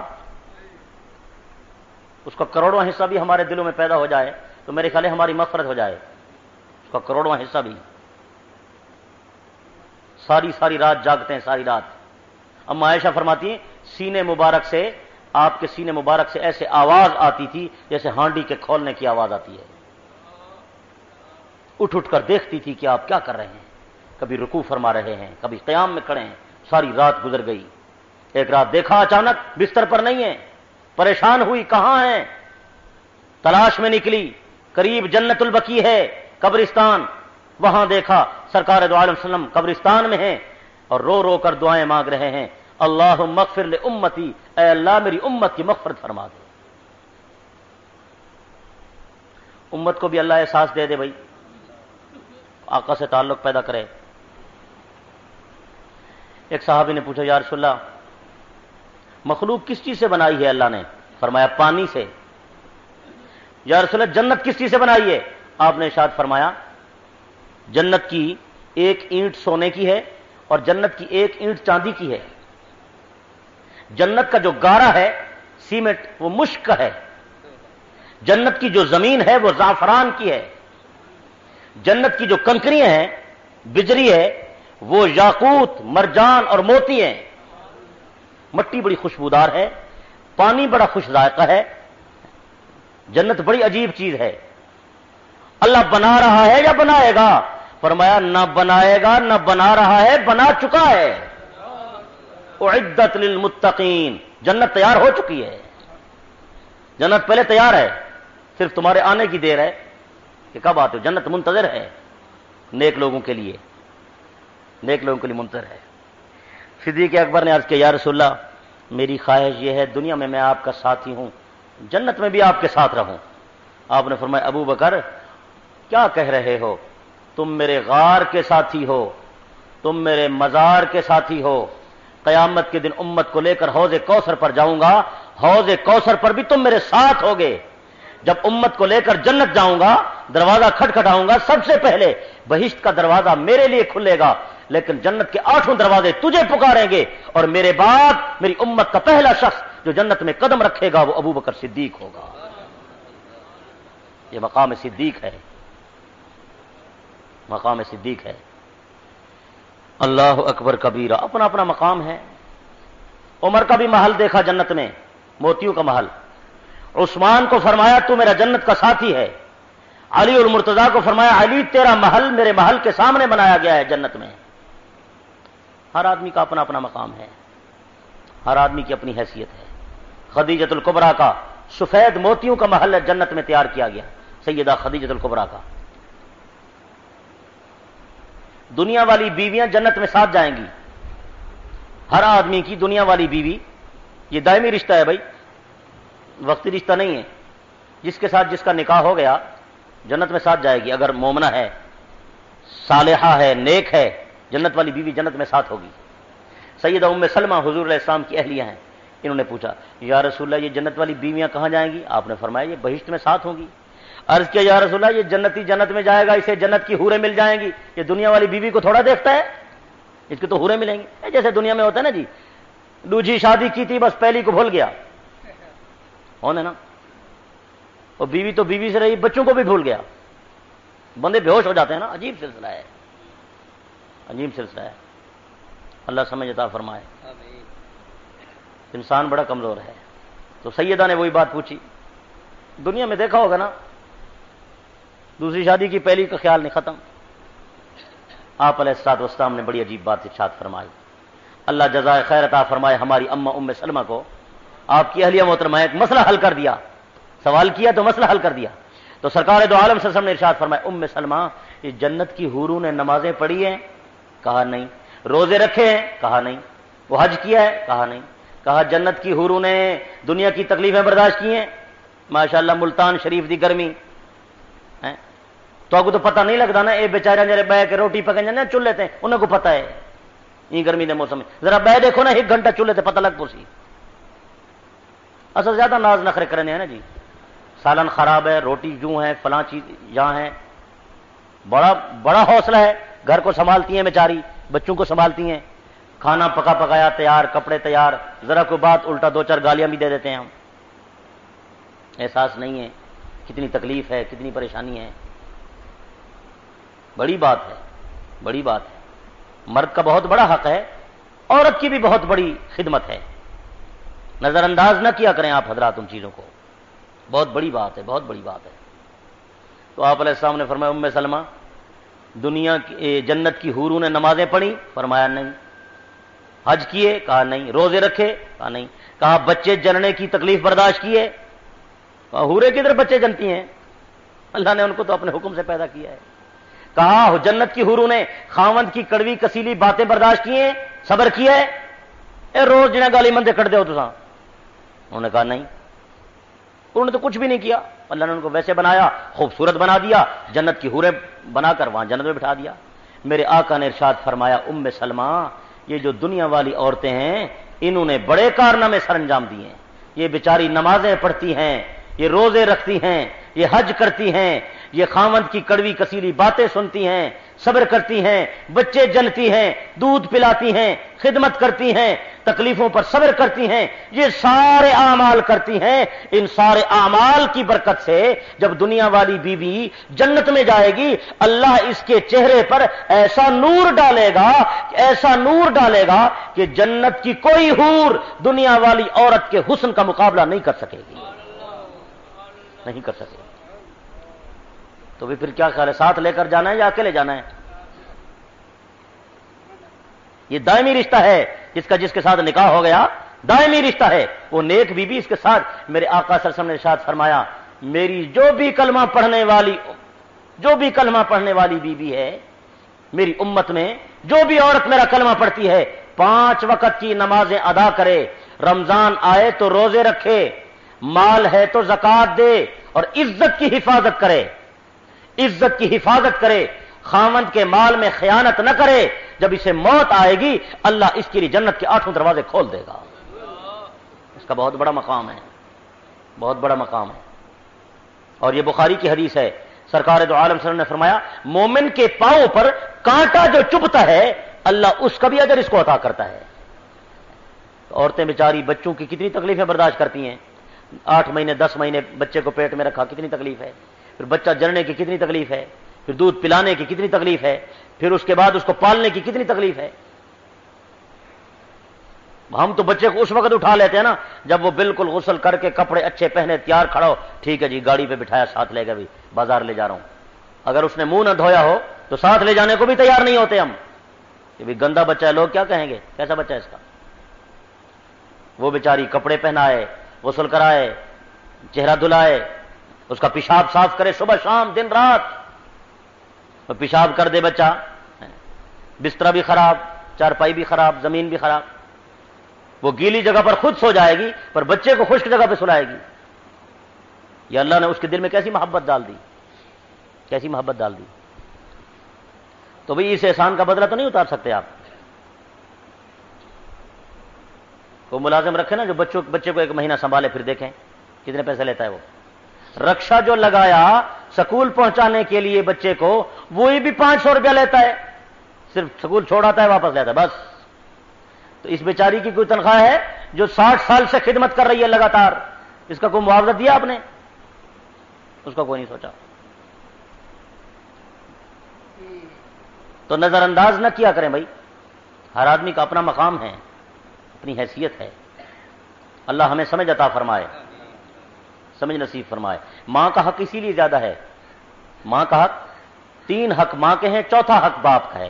سل امکا ثم امکا ثم امکا ثم اباکا ثم ادناک فادناک او کما قال النبی صلی اللہ تعالی علیہ وسلم۔ ماں کی خدمت کر، ماں کی صلہ رحمی کر، ماں کا ادب کر۔ چوتھے نمبر پر فرمایا، چوتھے نمبر پر باپ کا مقام ہے، پھر اس کا جو قریبی رشتہ دار ہے اس کا اتنا درجہ ہے، اس کا اتنا درجہ ہے۔ ایک روایت میں ہے ایک تو تمہارا اصل نسبی باپ ہے، 2 اور بھی باپ کے قائم مقام ہے، 2 اور آدمی ہیں، 2 اور آدمی، ایک سسر اور ایک استاد۔ استاد بھی روحانی باپ ہے، سسر کا بھی بڑا مقام ہے، جس نے اپنی بیٹی دے دی، 18-20 سال تک پالا پوسا، جوان ہوئی، لاکھوں روپے کا سامان بھی تھا دے دیا، نکاح کر کے دے دی، چلو لے جاؤ۔ ہمارے استاد سے مولانا علی محمد صاحب رحمۃ اللہ علیہ دارالعلوم کبیر والا میں، وہ فرماتے تھے تمہاری بیٹی ہوگی جوان ہوگی، رشتہ کرو گے تمہیں پتہ چل جائے گا کہ جگر نکال کر دینا پڑتا ہے۔ استاد صاحب بڑے ستائے ہوئے تھے وہ حالات کی وجہ سے، اس طرح کی باتیں فرماتے تھے بیچارے، یہ حقیقت ہے بھائی۔ اور استاد کا بڑا مقام ہے، استاد۔ یہ دنیا والے علم فن وہ بھی ٹھیک ہیں، لیکن اصل استاد تو بھائی قرآن کا استاد ہے، اصل استاد حدیث کا استاد ہے، اور علم کا جو منبع اور خزانہ ہے وہ قرآن ہے۔ اصل علم کیا ہے؟ علم وہ ہے جسے اللہ نے وحی سے اتارا ہے، یہ علم ہے۔ باقی فنون ہیں، یہ سارے فن ہیں، درخان کا فن، لوہار کا فن، سونار کا فن، موچی کا فن، سارے فن ہیں یا نہیں ہیں؟ پرانے زمانے میں تیلی ہوتے تھے، آج کل پیٹرول پمپ والے ہیں۔ پرانے زمانے میں تیلی تھے نا، یہ ہوئے تیلی سارے پیٹرول پمپ والے، ہوں پیٹرول پمپ نے مالکن۔ پرانے زمانے میں موچی ہوتے تھے، ابھی ہوں کو نواں نہ ہو سی، ہوں کیا سی نہیں، ہوں باٹا شوز کے پتہ نہیں کیا بلا۔ پرانے زمانے میں موچی ہوتے تھے، نام بدل گئے نا جی، باتیں وہی ہیں ساری۔ تو کام ہے، فن ہے، کسب ہے، روزی کمانی ہے، کوئی عیب کی بات نہیں ہے اس میں، سب جائز ہے، ٹھیک ہے، اچھی بات ہے۔ صحابہ سارے کاروبار کرتے تھے، انبیاء کا کاروبار تھا۔ ابراہیم علیہ السلام کپڑا بیچ رہے ہیں، ادریس علیہ السلام کپڑا بن رہے ہیں، زکریا علیہ السلام درخان بڑھائی کا کام کرتے تھے، یہ کوئی عیب کی بات نہیں ہے، سب جائز ہے۔ یہ فنون ہے، فنون، اور علم جو اللہ نے اتارا وہ قرآن ہے، لیکن افسوس لوگوں نے اسے علم ہی نہیں سمجھا، اور سارے سکولوں کالجوں پر یہ لکھ دیا طلب العلم فریضۃ علی کل مسلم و مسلمہ، یہ بھی ساتھ لکھ دیا، پہلے بھی شاید میں بتا چکا ہوں۔ طلب العلم فریضۃ علی کل مسلم، بس یہ حدیث ہے، آگے مسلمہ کے الفاظ حدیث میں نہیں ہیں، لوگوں نے خود بڑھائے ہیں، یہ کسی حدیث کی کتاب میں نہیں ہے۔ طلب العلم فریضۃ علی کل مسلم، علم کا حاصل کرنا ہر مسلمان پر فرض ہے، اس میں مرد بھی شامل ہیں، عورتیں بھی شامل ہیں۔ خام خواہ عورتیں، مسلمہ عورت کے ساتھ ملانے کی ضرورت ان کو بڑا شوق ہے جی، ہر معاملے میں عورت کو ساتھ ملاتے ہیں۔ یا ایھا الذین آمنوا، مرد کو خطاب ہے، اے ایمان والو، اس میں مرد مسلمان بھی شامل ہیں، مسلمانوں میں مرد بھی شامل ہیں، عورتیں بھی شامل ہیں۔ تو یہ طلب العلم فریضۃ علی کل مسلم، یہ مسلم ہے، مسلمہ نہیں ہے حدیث میں، یہ لوگوں نے خود بڑھایا۔ جتنے سکولوں کالجوں میں لکھا ہوا ہے سب غلط لکھا ہوا ہے، جھوٹ ہے، بددیانتی ہے، خیانت ہے، دھوکہ ہے، اور اپنا ٹھکانہ جہنم بنا رہے ہیں۔ من کذب علی متعمدا فلیتبوأ مقعدہ من النار، میرے آقا نے فرمایا جس نے جان بوجھ کر میرے اوپر کوئی بات لگا دی، میں نے نہیں کہی، اور خود بڑھا کر کہی کہ یہ نبی نے فرمائی ہے، وہ اپنا ٹھکانہ جہنم سمجھے۔ یہ سکول والوں کو آپ بتائیں، یہ غلط لکھا ہوا ہے، جہاں بھی لکھا ہوا ہے، کتابوں میں لکھا ہوا ہے، کاپیوں میں لکھا ہوا ہے، غلط لکھا ہوا ہے۔ صرف حدیث ہے طلب العلم فریضۃ علی کل مسلم، بس آگے نہیں ہے۔ ایک بات تو یہ، دوسری بددیانتی یہ ہے کہ سکول میں جو لکھا ہوا ہے نا کہ علم کا حاصل کرنا فرض ہے، تو اس سے یہ معلوم ہوتا ہے یہی سکول کا علم فرض ہے، یہ سائنس، بایولوجی، فزکس، کیمسٹری، انگریزی، یہ بات نہیں ہے، یہ غلط، یہ بھی جھوٹ ہے۔ اس علم کا حاصل کرنا فرض نہیں ہے بالکل۔ اگر ایک آدمی وہ علم حاصل نہیں کرتا تو کوئی خطرہ نہیں ہے کہ وہ بندہ جنت میں نہ جائے، جائے گا وہ بندہ جنت میں، اور اللہ اس سے نہیں پوچھے گا کہ تو نے یہ علم کیوں نہیں حاصل کیا، وہ فرض نہیں ہے۔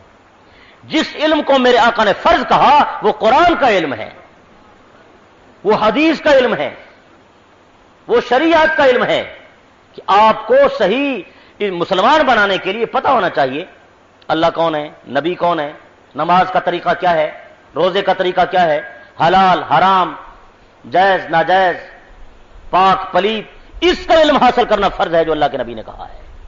ایک آدمی کو استنجے کا طریقہ نہیں آتا، ایک آدمی کو وضو نہیں آتا، ایک آدمی کو نماز نہیں آتی، اس کی 60 سال عمر ہو گئی، 10 بچے ہیں، اس کو غسل کے فرض نہیں آتے، خدا کی قسم یہ بندہ جہنم میں جائے گا، بھلے وہ 1000 ڈگریاں حاصل کر لے۔ یہ علم فرض تھا اور اس کو فرض کسی نے بتایا نہیں ہے۔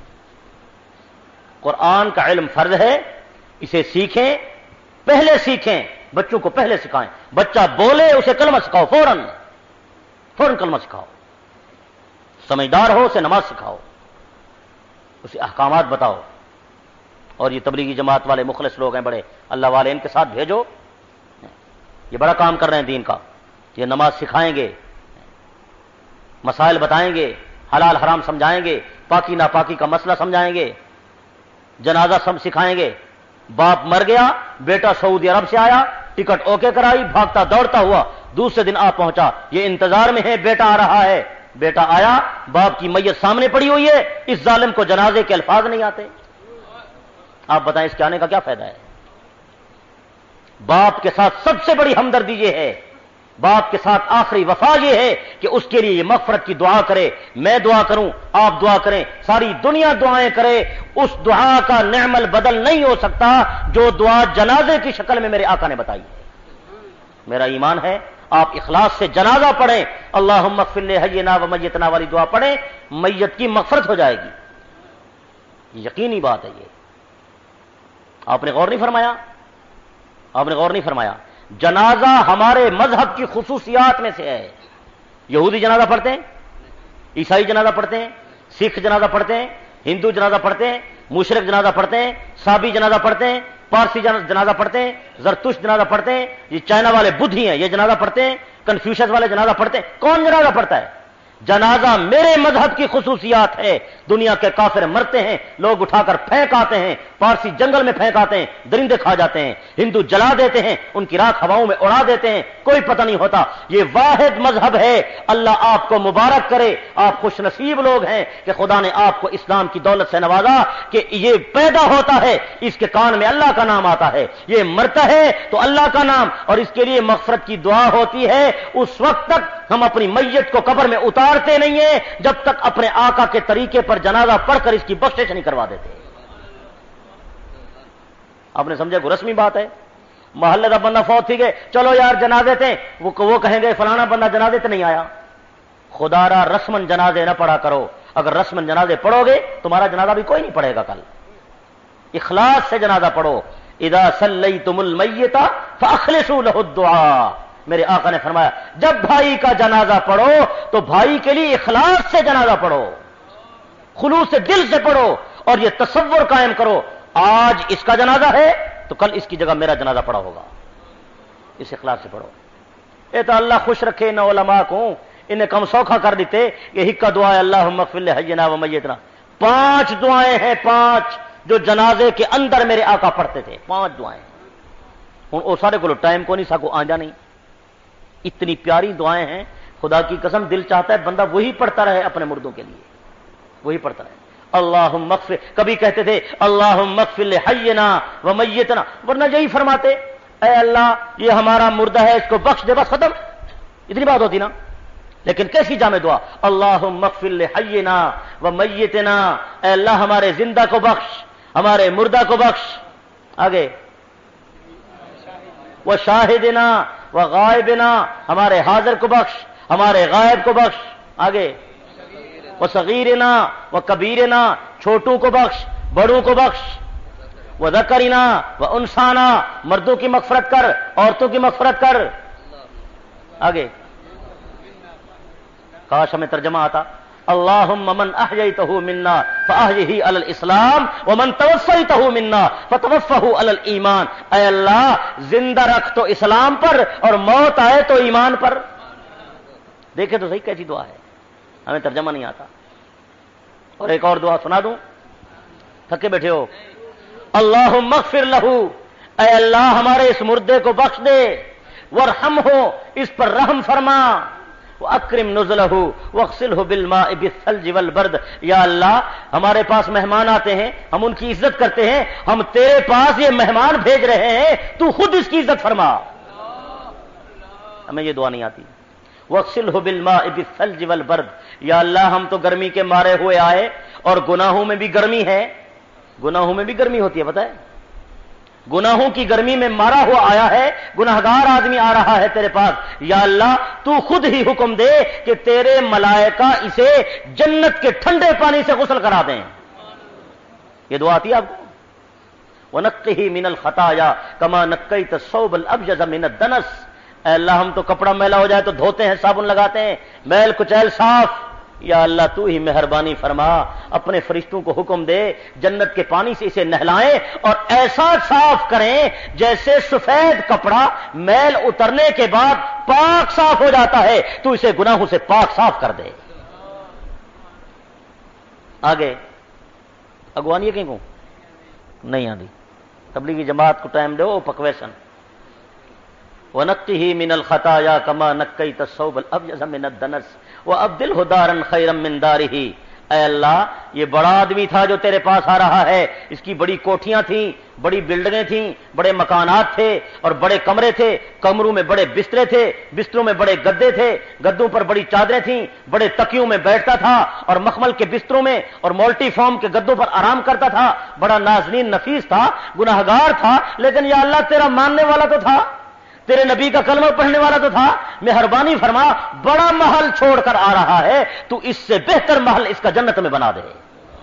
وہ اہلن خیرم من اہلہ، اس کو اپنی بیوی سے بڑی محبت تھی، بچوں سے بڑا پیار کرتا تھا، ایک لمحہ بھی بیوی بچوں کے بغیر نہیں رہتا تھا. یا اللہ بیوی بچے چھوڑ کر تنے تنہا آ رہا ہے، اس سے بہتر بیوی اس کو دے دے، اس سے بہتر گھر اس کو دے دے. وَأَهْلًا خَيْرًا مِّنْ أَهْلِهِ وَزَوْجًا خَيْرًا مِّنْ زَوْجِهِ وَأَعِذْهُ مِنْ عَذَابِ الْقَبْرِ وَالنَّارِ. اے اللہ اسے قبر کے عذاب سے بھی بچا، اسے جہنم کے عذاب سے بھی بچا. یا عزیز و یا غفار یا رب العالمین. اے اللہ زبردست بھی تو ہے، اختیار بھی تیرا ہے، جو چاہے کر لے، اور مہربان بھی تو ہے کہ تیرے جیسا بڑا مہربان بھی کوئی نہیں ہے. یہ دعا پکے سو مشکل ہے، مشکل ہے. وہی کا دعائی تو کو نہیں آنی تو بھی کیا پرسو. وہی کا دعا جڑی سوکھی ہے وہی تو کو نہیں آنی. علماء سوکھا کام کر دیتے. پہلی تکبیر دے بعد سبحانک اللہ پڑھو، دوسری تکبیر دے بعد درود شریف، نماز اللہ درود شریف پڑھو، تیسری تکبیر دے بعد اللہم اغفر لحینا علی دعا پڑھو تے سلام پھیرو تے جاؤ. اتنا جہاں کام ہے. وہ سب کو جنازہ نہیں آتا. 95% مسلمانوں کو جنازہ نہیں آتا. یہ پکی بات ہے، آپ سن لے کسی سے. رونے کی بات ہے یا ہنسنے کی بات ہے؟ جب ہم کسی کا جنازہ ایسے ہی پڑھ رہے ہیں تو ہمارا جنازہ کہ اٹھا کر اگلی نسل جو آ رہی ہے ماشاءاللہ ویسے اٹھا کر پھینک دیں گے، وہ کہیں گے کیا ضرورت ہے اس کے جنازے پڑھنے کی، جائے جہنم میں، بس ہمیں کیا پڑے۔ اللہ اکبر کبیرہ، مسلمان کا خیر خواہ ہوتا ہے۔ الدین النصیحہ، دین خیر خواہی کا نام ہے، دین بھلائی کا نام ہے۔ جس دل میں ہمدردی نہیں ہے، اخلاق نہیں ہے، محبت نہیں ہے، مودت و مروت نہیں ہے، وہ کیسا انسان ہے بھائی؟ وہ کیسا انسان ہے؟ یہودی لڑکا حضور علیہ السلام کی محفل میں آتا تھا روزانہ، یہودی لڑکا، آپ نے اسے کبھی نہیں کہا اس کو نکالو دفع کرو یہ یہودی ہے، آپ کی محفل میں آتا تھا، بیٹھتا تھا۔ چند دن ہوئے وہ نہ آیا، آپ نے استفسار فرمایا، پوچھا، وہ ایک لڑکا ادھر آتا تھا وہ نظر نہیں آتا۔ دیکھیں نا جی، اپنے آقا کا اخلاق دیکھیں، وہ نہیں نظر آتا۔ صحابہ نے بتایا یا رسول اللہ وہ تو سنا ہے بڑا شدید بیمار ہے اس لیے نہیں آ سکتا۔ سرکار دو عالم رحمت مجسم صلی اللہ علیہ وسلم نے ارشاد فرمایا، آؤ میرے ساتھیوں اس لڑکے کا پتہ کرتے ہیں، پوچھنے جاتے ہیں۔ یہودی لڑکے کو پوچھنے جا رہے ہیں میرے آقا، اور سب محلے دار دنی سے پوچھ دے نا کیا حال ہے، برادری سے پوچھ دے نا کیا حال ہے۔ پوچھنے گئے، لڑکا بیمار مرض الوفات میں ہے، اس کی زندگی اور موت کی کشمکش ہے، اس کا کافر باپ اس کے سرہانے بیٹھا ہوا ہے۔ آپ نے اس کی خیریت پوچھی، کیا حال ہے؟ اس نے کہا میں بہت تکلیف میں ہوں۔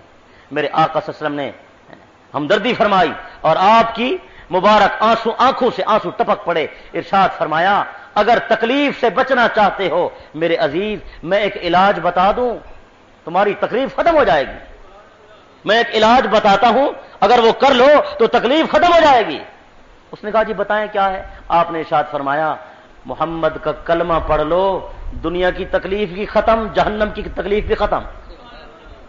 اس نے اپنے باپ کی طرف دیکھا، وہ جو باپ اس کا سرانے بیٹھا تھا کہ پتہ نہیں یہ میرا والد کیا کہتا ہے، دیکھا، اس نے دیکھا ہوا تھا بچہ تکلیف میں۔ اس نے کہا بیٹا اگر تیری تکلیف دور ہوتی ہے تو مان لے ان کی بات جو یہ کہتے ہیں۔ بس اتنی بات تھی کہ ابا جی نے اجازت دے دی، فوراً بچے نے کہا اشہد ان لا الہ الا اللہ واشہد انک رسول اللہ، کلمہ پڑھا اور روح پرواز کر گئی۔ حضور علیہ الصلوۃ والسلام کا چہرہ مبارک خوشی سے کھلا۔ صحابہ کہتے ہیں جب خوشی کے آثار ظاہر ہوتے تھے حضور تبسم فرماتے تھے، ایسا لگتا تھا جنت کا دروازہ کھل گیا ہے۔ تبسم فرمایا، ارشاد فرمایا الحمدللہ ایک جان جہنم سے بچ کر جنت میں جانے والی بن گئی ہے۔ یہ ہمدردی ہمارے اندر ہے؟ کسی مسلمان کو نماز سکھا دو، کسی کو جنازہ سکھا دو، اپنی نماز کا تو پتہ نہیں، اگر آپ نے کسی کو نماز سکھا دی یا جنازہ سکھا دیا اس کا پورا ثواب آپ کو ملے گا۔ ایک آدمی کو نمازی بناؤ، اپنی نماز کا تو پتہ نہیں، وہ جب تک نماز پڑھے گا اس کا ثواب آپ کو ملے گا۔ ایک بچے کو قرآن کا حافظ بناؤ، قاری بناؤ، قیامت تک قرآن پڑھے گا، اس کے استاد کی قبر جنت کا باغ بنے گی۔ میں کہتا ہوں یہ خوش نصیب ہیں یہ علماء، یہ دن رات جو قرآن و حدیث پڑھا رہے ہیں، یہ حفاظ اور قراء، بڑے خوش نصیب ہیں یہ۔ اپنے بچوں کو بھیجیں، اپنی آخرت بھی سنواریں، ان کی آخرت کو بھی سنواریں۔ ہماری مسجد میں قاری صاحب مقرر ہم نے کیے ہیں، قاری تنزیل الرحمان صاحب، بڑے اچھے قاری ہیں، نوجوان ہیں، بڑی صلاحیت والے ہیں۔ بچوں کو پڑھانا شروع کیا انہوں نے، یہاں طالب علم چھوٹے چھوٹے آئے ہیں، آپ بھی اپنے بچوں کو بھیجیں، پڑھائیں، قرآن کا حافظ بنائیں، قاری بنائیں، بڑا درجہ ہے۔ میرے آقا نے فرمایا قیامت کے دن قرآن کا قاری آئے گا، اللہ تعالیٰ فرمائیں گے رتل کما کنت ترتل فی الدنیا، آج ایسے قرآن پڑھ جیسے دنیا میں قرآن ٹھہر ٹھہر کر پڑھتا تھا۔ قرآن پڑھتا جا، اقرا ورتقے، قرآن بھی پڑھتا جا، جنت کی سیڑھیوں پہ بھی چڑھتا جا۔ قرآن کے 6666 آیتیں، جنت کے 6666 درجے۔ قرآن کا قاری ایک آیت پڑھے گا، ایک زینے پر قدم رکھے گا، دوسری آیت پڑھے گا، دوسری پوڑی پر قدم رکھے گا، تیسری آیت پڑھے گا، چوتھی سیڑھی پر چڑھے گا۔ قرآن پڑھتا جائے گا، جنت کے درجوں پر چڑھتا جائے گا۔ قرآن ختم ہوگا، ادھر والناس اور ادھر جنت کے اعلیٰ درجے پر پہنچ جائے گا۔ تو آپ بھیجیں گے کہ نہیں؟ کوشش کریں گے یا نہیں؟ دعا بھی کریں اللہ ان کو کامیاب کرے، اس مدرسے کو اللہ تعالیٰ ترقی دے۔